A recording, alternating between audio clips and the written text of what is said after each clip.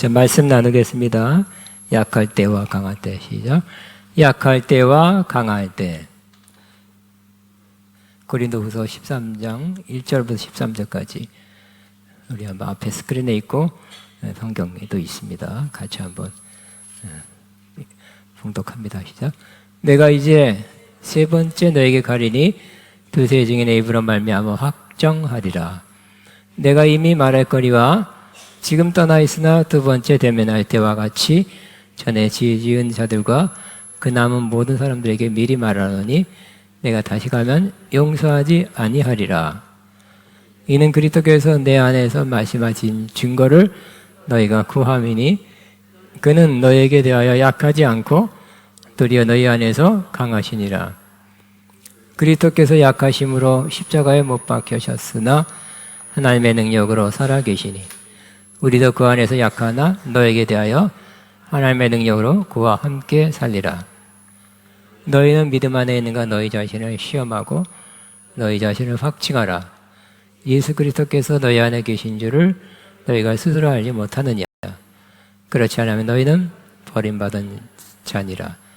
우리가 버림받은 자가 되지 아니한 것을 너희가 알기를 내가 바라고 우리가 하나님께서 너희로 약을 조금 더 행하지 않게 하시기를 구하노니 이는 우리가 옳은 자임을 나타내고자 함이 아니라 오직 우리는 버림받은 자 같을지라도 너희는 선을 행하게 하고자 함이라. 우리는 진리를 거스려 아무것도 할 수 없고 오직 진리를 위할 뿐이니 우리가 약할 때 너희가 강한 것을 기뻐하고 또 이것을 위하여 구하노니 곧 너희가 온전하게 되는 것이라. 그러므로 내가 떠나 있을 때에 이렇게 쓰는 것은 대면할 때 주께서 너희를 넘어뜨려 하지 말고 세우려 하여 내게 주신 그 권한을 따라 엄하지 않게 하려 함이라. 마지막으로 말하노니 형제들아 기뻐하라. 온전하게 되며 위로를 받으며 마음을 같이하며 평안할지어다. 또 사랑과 평강 하나님이 너희 함께 계시리라. 거룩하게 입맞춤으로 너희를 문안하라. 모든 성도가 너에게 문안하느니라.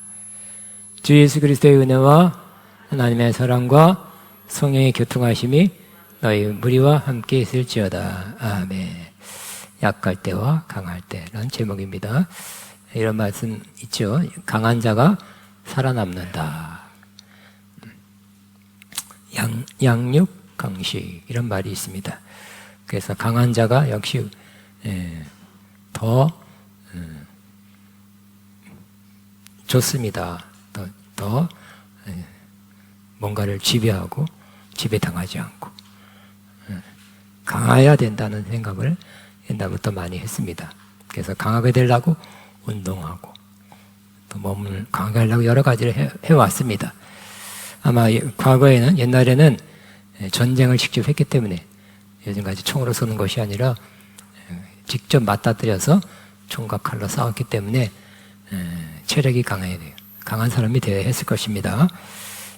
그런데 시간이 지나면서 사람을 강하게 하는 것이 꼭 신체적인 그런 강함이 아니라 지식이다라고 생각하게 됐습니다. 지식, 시험 잘 보고 좋은 대학 가고 뭐 좋은 회사 들어가고 뭐 이렇게 뭐 자격증 따고 이런 사람이 조금 더 낫게 사는 것을 보면서 그렇게 생각했을 것입니다. 아는 것이 힘이다. 체력이 힘이다도 맞지만 아는 것이 힘이란 말을 우리는 잘 알고 있습니다. 요즘은 또 뭐라 그러냐면 지식 정보의 시대다라고 말하고 있습니다.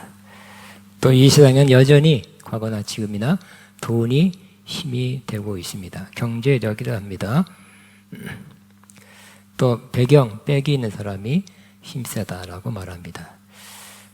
그래서 힘이 있는 사람이면 힘 있는 사람이야 하면 뭐 그런 말을 들을 정도면 좋아할 것입니다.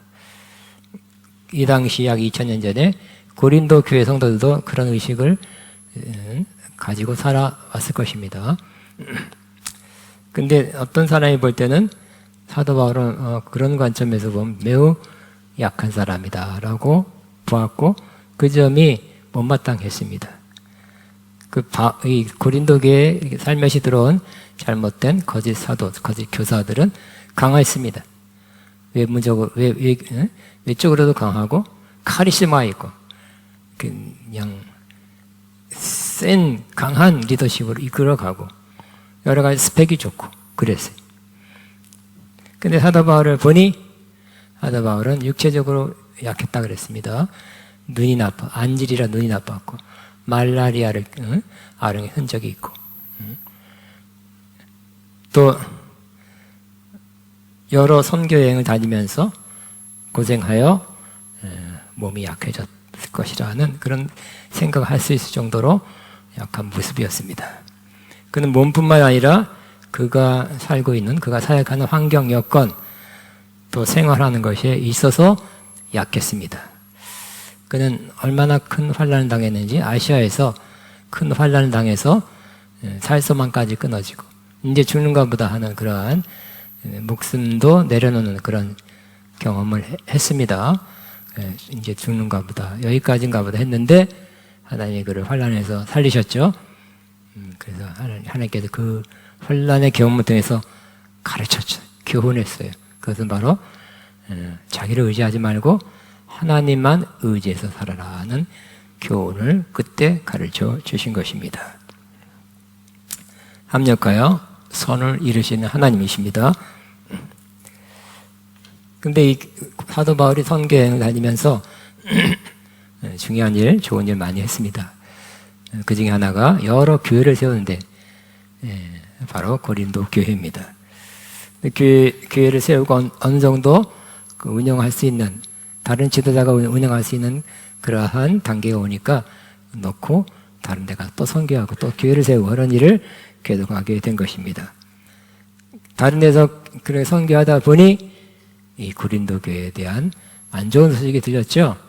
거짓 교사, 거짓 사도가 들어와서 신앙을 좀 이렇게 왜곡시키고 복음을 왜곡시키고 또 사도 바울이 좀 잘못된 사람이다.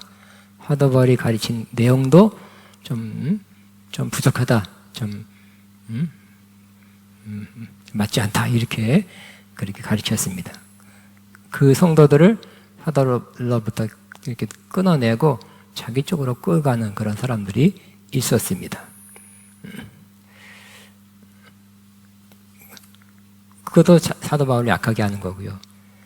사도 바울은 여러 가지 선교여행 다니면서 핍박받고 비난받고 못 먹고 고난받고 하는 그런 것도 약했습니다. 사도 바울도 약한 것이 싫었어요. 사도 바울이 이렇게 약하면서 선교여행은 어떻게 하겠습니까? 주님, 나의 약한 것들을 강하게 해 주옵소서 하고 세 차례 기도했다 그랬습니다. 지난 시간에. 근데 하나님의 응답이 왔죠? 하나님의 응답이 이제 강하게 해주리라 하는 약속이 아니라 내 은혜가 너에게 족하다. 내 능력은 약한 데서 온전해짐이다. 그래서 약할 때 내 능력이 강하니까 내 그대로 놔둘 것이다. 그런 말씀입니다. 그것을 듣고 서운해하지 않았죠. 크게 기뻐했다 그랬어요. 이 비밀이 이거구나. 나를 약하게 한 것은 하나님의 능력이 더욱 나를 통해서 나타나게 하려 하는 것이구나 하는 것을 깨닫게 된 것입니다. 그러니까 사도 바울은 누가 볼 때는 과거에 그가 자신을 볼 때도 약한 사람이었어요. 그렇지만 어떻게 보면 주님 입장에서 보면 또 주의 사역에서 보면 사도 바울만큼 큰 사역을 한 사람이 있습니까? 없어요. 가장 큰 신약 성경 13권을 썼고 13권을 썼고 또 많은 교회를 세우고 많은 영혼을 구원했어요. 약한데도 제일 큰 강한 사역을 했다는 것을 우리는 알 수 있습니다. 근데 오늘 약한 거 우리 잘 알아요. 사도행전이나 다른 서신에도 약한 거 많이 나타나 있어요. 고린도전서 후서에 나타나 있지만 때로 간혹 사도 바울은 강한 자다. 강한 리더십이 있었다. 단호하다 하는 것을 알 수 있는 구절이 고린도전서 후서만 봐도 몇 가지 주목되는 것을 볼 수 있습니다. 고린도전서 4장 18절에서 22절까지 보면 교만한 사람들이 아까 그 거짓 사도 거짓 교사들이 가만히 들어왔어. 교회에 큰 문제를 일으켰고 교회를 흔들어 놓았고 복음이 희미해지게 했습니다. 사도 바울도 그 교만한 사람들을 처음에는 설득하고 권면했지만 듣지 않았죠. 듣지 않았고 계속 세력을 넓혀가고 교회를 어떤 면에서는 장악하려고 했어요. 한번 고린도서 14장을 고린도 4장 18절 21절을 한번 세번역으로 한번 단호한 모습, 사도 바울의 단호한 모습을 고린도전서 4장 18절에서 21절 같이 보겠습니다. 같이 있습니다. 교만해진 사람이 돌아 있습니다. 주님께서 허락하시면 내가 속히 여러분에게 가서 그 교만해진 사람들의 말이 아니라 능력을 알아보겠습니다. 하나님의 나라는 말에 있지 아니하고 능력에 있습니다. 여러분 무엇을 원합니까? 내가 채찍을 두고 여러분에게 가는 것이 좋겠습니까? 그렇지 않으면 사랑과 온유한 마음을 가져가는 것이 좋겠습니까? 이렇게 굉장하죠. 때로는 채찍을 들고 갈 수도 있다. 엄하게 혼내고 징계할 수도 있다. 가능성이 있다고 이렇게 강하게 말씀하고 있습니다. 좀 더 강한 것이 있습니다. 그 다음 고린도전서 5장 12절 13절 같이 있습니다. 고린도 시작. 밖에 있는 사람들을 심판하는 것이 나에게 무슨 상관이 있습니까? 여러분이 심판할 사람들은 교회 안에 있는 사람들이 아닙니까? 밖에 있는 사람들 하나님께서 심판할 것입니다. 여러분 그 악한 사람을 여러분과 다 내쫓으십시오. 그 문제 일으키는 문제당을 내쫓으래요. 이렇게 약하고 부드럽고 마치 어머니가 자녀를 키우듯이 그렇게 대하기도 했지만 간혹 저렇게 그 문제 일으키는 돌이키지 않는 회개하는 사람을 내쫓으라고 그렇게 강하게 말하는 것을 볼 수 있습니다. 그리고 오늘 고린도 후서 13장, 아까는 고린도전서고요.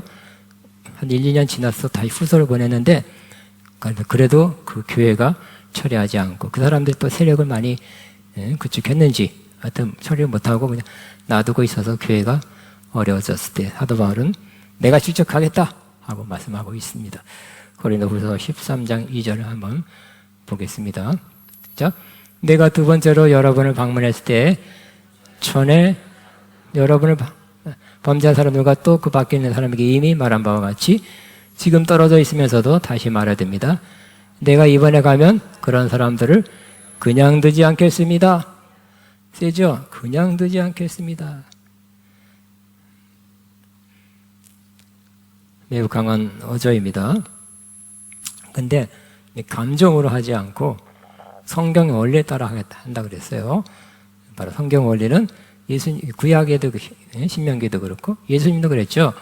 무슨 재판을 할 때 뭔가를 증인을 채택할 때 한 증인만으로 행하지 않고 두세 증인을 듣고 그들과 함께 그게 맞다. 그렇게 말하니 그 증인의 말이 옳다. 이렇게 두세 증인의 이야기를 들어보고 판단할 것이다. 라고 그렇게 말씀하고 있습니다. 고린도 교회의 그 잘못된 사람들이 비판하는 것 중에 또 하나가, 여러 가지 비판의 그 중에 하나가 사도 바울은 저렇게 약한 모습이 많이 있는데 어떻게 주님 보낸 사도인가? 주님 보낸 사도이면 종이면 강해야지. 왜 여러 가지 약한 점을 그대로 안고 사는가라는 의문을 제기하고 비판적으로 그렇게 수군거렸습니다. 거기에 답변 사도 바울이 합니다. 바로 예수님도 그랬다. 예수님도 약하게 지냈지. 이 땅에 있을 때는 약했지만 약하게 일부러 살았지만 실상은 강한 사람이었다. 제일 큰 이루셨다. 예수님이 약했었죠. 말 구유에 태어났죠. 시골에서 자랐고 목수로서 일했고 3년 반 동안 공생애 때도 넉넉하거나 파워풀하거나 대단하지 않은 것 같이 보였어요. 또 제일 약하게 보인 것은 그냥 힘없이 십자가에 못 박히기 위해서 끌려가고, 마침내 십자가에 못 박히는 모습은 그냥 죄인, 약한 사람의 모습 그 자체였어요. 그러나 우리를 위해서 그렇게 한 거지 원래 약해서 그런 건 아니죠. 그 약함, 그냥 죄인으로서 죄가 없는 죄인이라 그래서 죄인 되어서 십자가에 못 박혀 죽는 모습은 가장 약한 자의 모습이었어요. 죽으시고 근데 3일 만에 부활하시죠. 강한 자의 모습이 나타나게 된 것입니다. 아무리 이 세상에 약한 자, 강한 자, 황제 뭐 다 해서 죽었다가 살아난 사람은 없잖아요. 죽음에서 부활하심으로 그 능력으로 강한 자인 것이 드러났어요. 본인만 강할 뿐만 아니라 부활 때문에, 죽으심과 부활 때문에 많은 영혼을 구원하시고 의롭다 하는 정말 중요한 구속의 역사를 주님이 이루신 것입니다. 나 강한 사람이야. 예수님 붙잡으러 오는 그 군대를 해서 막 물리칠 수도 있겠죠. 하늘에 뭐 군사를 동원해서 저것들 싹 쓸어버리라 할 수 있었어요. 그러나 그냥 잡혀가 준 것입니다. 모욕과 수치를 당해 준 것입니다. 십자가의 사형틀에 죽어 주신 것입니다. 그 결과 죽으시고 피 흘리심으로 우리의 대속을 이루셨습니다. 우리의 죄를 사하셨습니다. 또 3일 만에 부활하심으로 바로 우리의 의를 이루게 된 것입니다.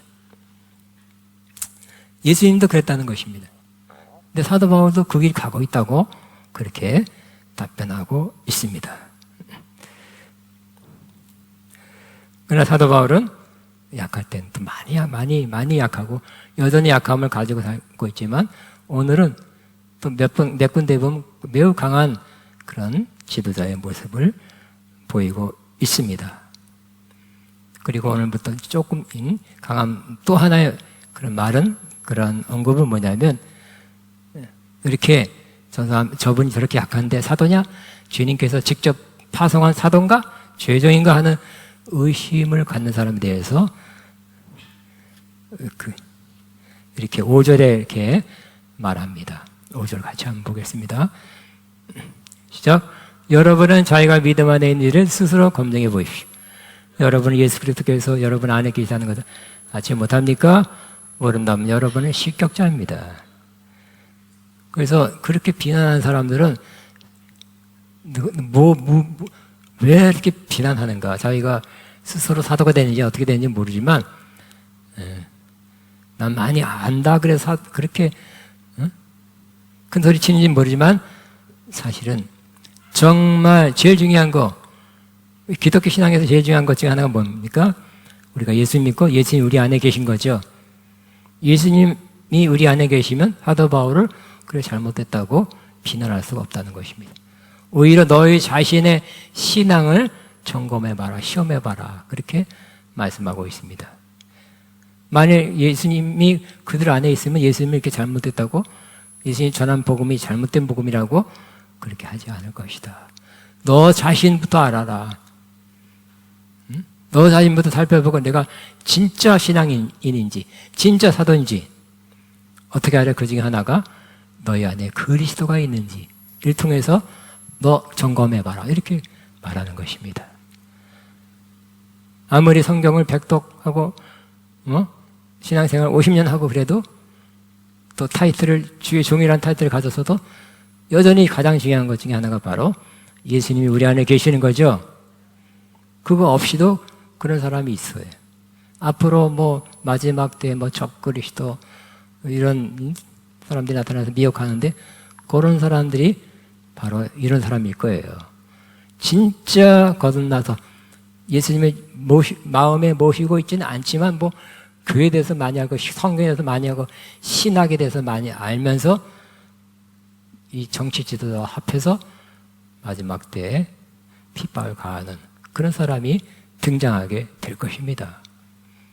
예수님이 그 안에 계시면 성경대로 살아가라고 노력하는 거예요. 그리고 참된 종이 누구인지 저 사람이 참된 종인지 아닌지를 알아보게 된다는 거예요. 뭐라고 그러면 다시 한번 5절에 뭐라고요? 예수 그리스도께서 여러분 안에 계시다는 것을 알지 못합니까?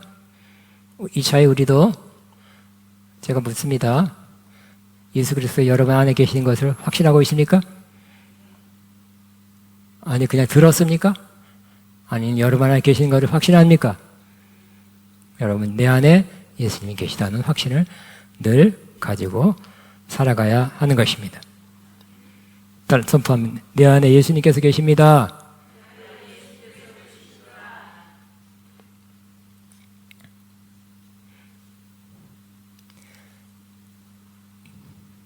아니 예수님 아무리 직분이 높고 뭐 큰일을 한다 해도 좋은 타이틀을 갖다 있다 해도 예수님이 없는 사람은 실격자라 그랬어요.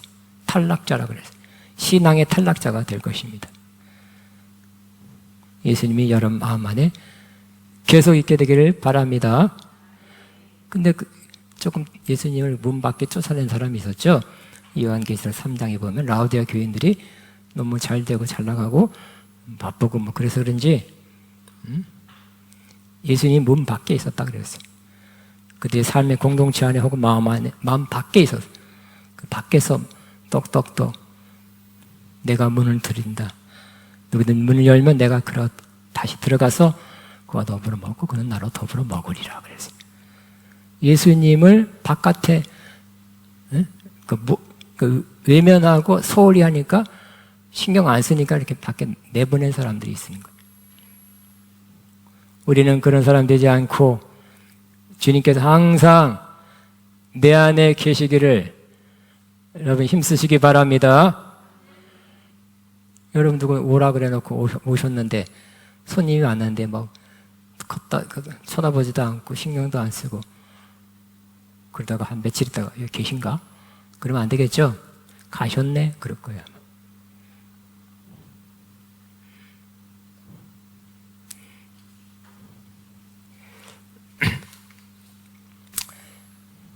그래서 지도자는 어떤 사람입니까? 예수님도 그랬듯이 사도 바울도 부드럽고 온유하고 또 때로는 약하고 하는 면을 갖고 있는 거예요. 그렇지만 참된 영적 지도자도 마찬가지. 단호할 때는 단호하고 강할 건 강해서 그러나 아무 때나 강하고 아무 때나 칼질만 부리면 독재자죠. 그게 아니라 정말 악을 처리하고 문제를 처리하고 문제를 일으키는 사람을 처리할 때 있어서는 더 이상 그 문제를 교회 안에 두면 안 된다. 그 사람이 거기 있게 하셔는 안 된다고 그런 확신 판단을 하게 되면 단호하게 하는 것. 그것이 참된 영적 지도자의 모습이 될 것입니다. 나라도 그렇잖아요. 그죠? 범법자, 뭐 악한 사람들을 법을 만들어서 처벌하잖아요. 감옥에 굉장히 많아요. 악한 사람들. 뭐 그런 처벌 안 하면 어떻게 될까요? 지나가다 막 죽일 거예요. 재산 막 뺏을 거예요. 훔쳐가고 강도 강탈. 그러나 단호하게 하니까 죄가 크고 작은 거에 따라서 단호하게 사법기관에서 그러한 공권력을 휘두르니까 그나마 이 정도 유지되는 거죠. 집에서도 마찬가지. 우리는 자녀이기 때문에 사랑하기 때문에 잘해주고 부드럽게 해주고 가이드해주고 뭘 주고 그게 너무 삐딱하게 잘못되게 나가면 참았다가 기다렸다가 기도했다가 단호하게 대할 수 있어야 될 것입니다. 모든 지도자가 그래요. 부모도 그렇고 공직자도 그렇고 우리도 그렇고 그래 교회 지도자는 무조건 약하고 온유하고 잘해 그래요 그게 아니라는 거예요. 그렇게 하세요. 마음대로 하세요. 그게 아니라 단호할 때는 단호하리. 내쫓아라 그랬잖아. 내가 가서 가만두지 않겠다.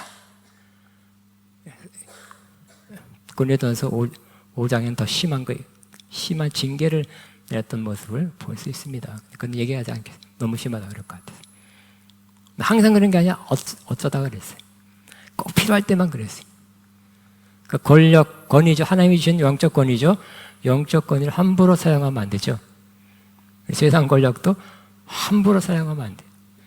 이번에 뭐 그것도 탄핵도 대통령의 권한을 오바해서 사용했느냐 안 했냐 이렇게 해서 오랫동안 헌법재판소에서 판단을 했습니다.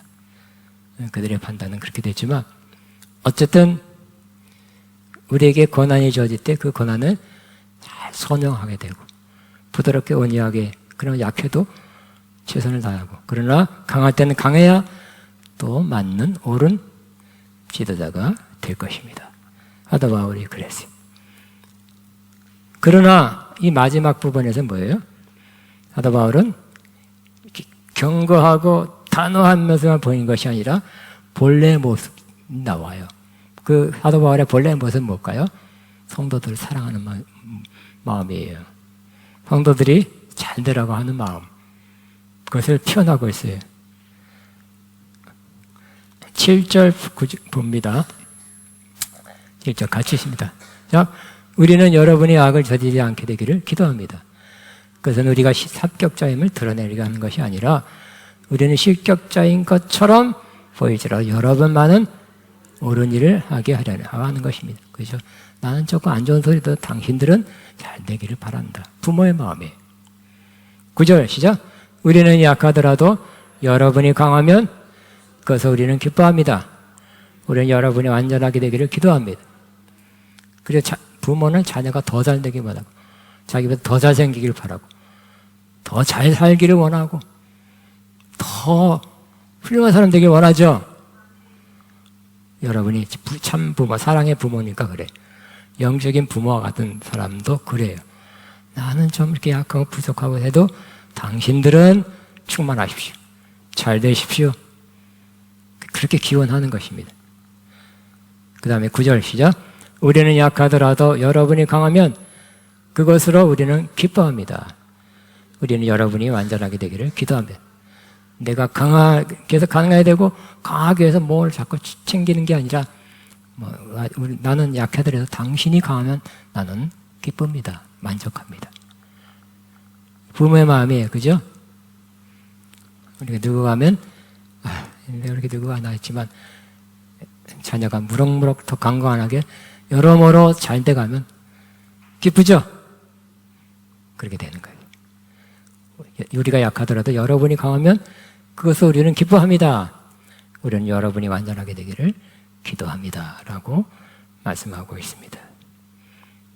그런데 사도 바울은 또 그 다음에는 자기가 하나님께서 주신 권을 어떻게 사용하는 것에 대해서 잘 알고 있다고 10절 그렇게 설명하고 있어요. 내가 막 가서 가만두지 않겠다 그랬지만 아무렇게나 사용하지 않고 그 사람이 잘못됐는가를 그냥 들어보고 그 사람이 확실히 안다고 경험했다는 증인을 들어보고 하겠다는 거예요. 자, 그 다음에 10절 내가 떠나 있을 동안에 이렇게 편지하는 것은 내가 가서 주님께서 주는 권한을 가지고 사건들을 처리할 때 너무 엄하게 대할 필요가 없게 하려는 것입니다. 이 권위는 여러분을 넘어뜨리라고 주신 것이 아니라 세우라고 주는 것입니다. 이게 두 가지 마음이 다 있어요. 정말 뭘 아는 분이에요. 리더십. 몇 년 전부터 교회 안에서도 영적 지도, 리더십. 과목이 가르쳐질 정도로 리더십은 중요한 거예요. 교회 안에서 리더십이 중요합니다. 세상에서 지도력이 중요하죠. 꼭 계속 켜주세요. 꼭 뭘 알아야, 많이 알아야 켜주세요. 많이 알아야 좋은 리더십이 되는 것은 아니에요. 그래서 문제가 생겼잖아요. 이제 마지막 방문해서 문제를 처리한대요. 그래서 처리됐다가 조금 됐는데 남아있어요. 그 사람들이 회개 안 하고 있어요. 응? 그때 어떻게 하려고요? 미리 알려줘서 내가 가서 막 사도의 권위라고 그래서 막 엄하게 대하는 건 사실 자기도 원치 않다는 거예요. 그러니까 자기가 아는 바가 뭐예요? 여러분이 내가 하나님 내게 권위, 사도의 중요한 지도자의 위치에 세워주신 것은 여러분을 넘어뜨리라고 준 것이 아니라 세우라고 주신 것입니다. 훌륭하죠? 응? 지도자의 목적은 뭐라고요?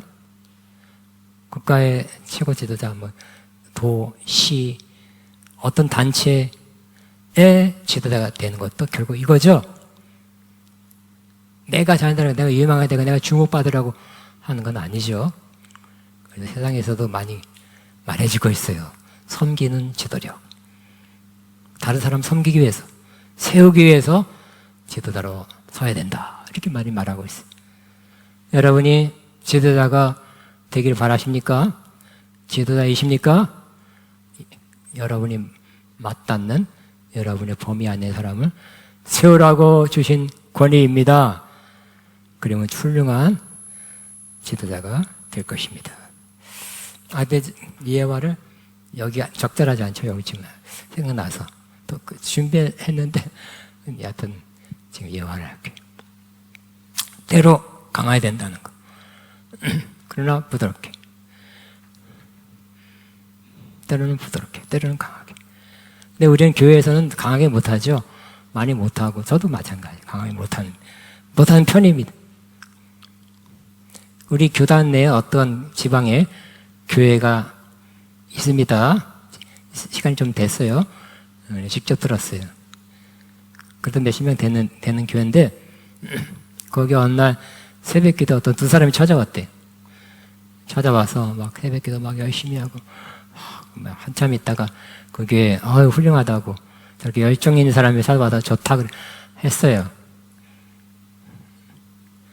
그런데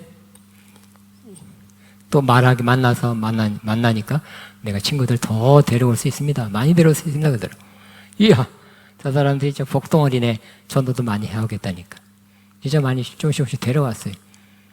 그 사람들 통해서 온 사람들이 꽤 있었어요. 근데 조금 지나다 어떤 일이 일어나냐면, 목사님, 중보기도 인도를 제게 맡겨주세요. 그러더니. 어쩐지 조금 시간이 지나다보다 조금 이상하다 싶은 게 있었거든요. 중보기도는 그 교회의 기도 방향, 포커스를 맞추는 거, 제목 내놓는 자체가 중요한 건데, 자기한테 맡겨달래. 그럼 뭐 재정이 어쩌고, 뭐 맡겨주고, 자꾸 교회 안에서 중요한 역할을 내가 데려온 이런 사람이 맡겨달라고 자꾸 그러는 거예요. 이상하다 싶었고, 기도했어요. 알았다. 이건 전도하러 온 것이 아니라 교회를 점령하러 온 것이다. 신천지가 그랬잖아요. 그죠? 옛날부터. 교회를 점령해 아예 한 영혼을 구원하는 것, 신천지 사람 만들고도 있잖아요. 밖에서. 그렇지만 교회 전체를 성도를 채 접수하는 그런 잊어먹었어요. 그들 영어로 뭐라 그러더라고. 이거구나. 그래서 중보기도 인도하는 것을 그냥 중보기도 한다는 게 아니라 내게 맡겨주세요. 안 돼요. 그리고 또 뭐 요구하는 게 많아. 사람들 막 열심히 내가 충성하고 헌금도 많이 하고 하니까 교회에 영향이 커요. 근데 조금 이상해. 어떻게 될까요? 그 목사님이 단호하게 우리는 당신 같은 사람들을 감당 못합니다. 이 교회에서 나가주세요 했답니다. 그러니까 알고 보면 확실히 알았죠. 신천지라는 거. 교회를 접수하러 왔다는 거. 신천지가 막 확산할 때 큰 교회, 주안장로교회, 여도교회, 대형 교회도 많이 갔어요. 하도 들끓어가지고 뭔가 끼니가 이상해서 그 큰 교회 중에 한 목사님 그랬대잖아요. 하도 많아가지고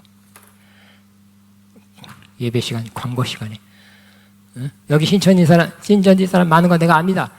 명단 여기 있습니다. 빨리 나가자 하면 내가 경찰에 신고하겠습니다. 그때 주섬주섬 일어나서 많이 나가더래. 그런 단호함도 필요하죠.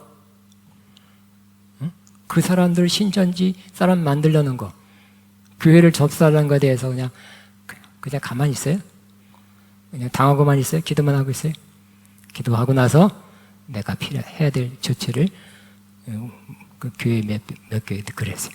그래서 그런 좋지 않은 영향을 안 받은 그런 일이 있었습니다. 우리는 교회에 들어온, 또 교회 안에서 또 다른 데서 들어가서 다른 데서 듣고 또 와서 교회에 배양되는 악이 있다면, 악이 자라서 다른 사람에게 악영향을 끼친다면 단호하게 대처해야 될 것입니다. 그래서 신천지가 와서 신천지 사람들이 자꾸 영향을 끼치고 뭐 소리를 내고 역할 맡겨달라고 그러고 뭔가 이상한 분위기를 만들면 교회가, 거룩한 교회가 거룩하지 않은 교회로 바뀌는 것입니다. 교회는 거룩해야 됩니다. 거룩은 분리입니다. 악이나 죄악이나 잘못된 것으로부터 분리되어 존재하는 믿음의 공동체가 교회입니다. 교회를 교회답게 해야 될 것입니다. 그 중에 하나가 교회에 악이 없게 하는 것. 악한 자를 회개할 때까지 기다리다가 안 하면 내보내서 교회를 거룩하게 하는 것 필요합니다. 그러기 위해서 사도 바울은 부드럽고 온유하고 약했지만 때로는 강하게 해서 이 문제를 잘 처리한 것을 우리는 보게 됩니다. 자, 마지막으로 11절 12절 끝으로 말합니다. 형제자매 여러분 기뻐하십시오. 기뻐하라는 것은 그냥 명령이 아니에요. 사실 원래 원문에는 have fun, 영어 have fun, 기뻐합시다 그런 것이. 온전하게 되기를 힘쓰시고, 온전하게 되는 것은 완벽하게 되라는 것이 아니라 그런 악이나 잘못된 것로부터 벗어나서 우리는 더 성숙합시다 그런 뜻입니다. 또 서로 격려하십시다. 같은 마음을 품으시다. 화평하게 지내십시오. 이렇게 되면 어떤다고요? 그리하면 사랑과 평화의 하나님께서 여러분과 함께 하실 것입니다. 그리고 또 좋은 거룩한 입맞춤으로 서로 인사하십시오. 사랑의 교제를 나누라는 거죠. 지금도 중동시방에서는 남자들끼리도 이렇게 키스하는 척하죠. 이렇게 최소한 볼이라도 맞춥니다. 그 정도로 친근한 인사 표현을 서로 해라는 말. 꼭 저 문자 그대로 하라는 건 아니에요. 거룩한 입맞춤으로 서로 인사하십시오. 모든 성도가 여러분에게 문안합니다. 사도는 딴 데 있죠. 마지막입니다. 13절 같이 있습니다. 주 예수 그리스도의 은혜와 하나님의 사랑과 성령의 교통하심이 너희 무리와 함께 있을지어다. 중요한 서신, 중요한 내용을 다루고서 마지막은 축복으로 끝나는 거 아름답죠? 너 축복도 그냥 잘 살아라 그 정도가 아니라 세 가지 중요한 거예요. 이 세 가지 축복의 내용은 성경의 좋은 내용을 엑시스로 농축해서 주는 그러한 축복의 그런 내용입니다. 주 예수 그리스도의 은혜와 첫째는 은혜가 있어야 돼요. 우리 은혜가 없으면 안 되죠. 주님의 은혜 때문에 우리가 구원받고 하나님께 갈 수 있고 하나님의 자녀가 됐어요. 그 다음에 하나님의 사랑과 성령님의 교통하심이 너희 무리 가운데 함께 있을지어다. 예수님 많죠. 은혜래요. 대표적인 거. 하나님 많죠. 창조주이고 많지만 하나님의 사랑하심, 성령님 능력 은사 그런 거 많지만 성령과 교통하는 것이 최고 대표래요. 저도 여러분에게 축복합니다. 주 예수 그리스도의 은혜와 하나님 아버지의 사랑하심과 성령님의 교통하심이 여러분 모두에게 있기를 바랍니다. 한 번 더 하기 중요한 거야. 두 번 하면 좋죠. 주 예수 그리스도의 은혜와 하나님의 사랑과 성령님의 교통하심이 여러분 가운데 여러분 모두에게 있기를 축원합니다. 아멘. 기도하겠습니다. 주여만 하고 말씀 들으면서 약할 때와 강할 때 잘 분별해서 또 지혜롭게 행할 수 있게 앞서서 주여 기도합니다. 주여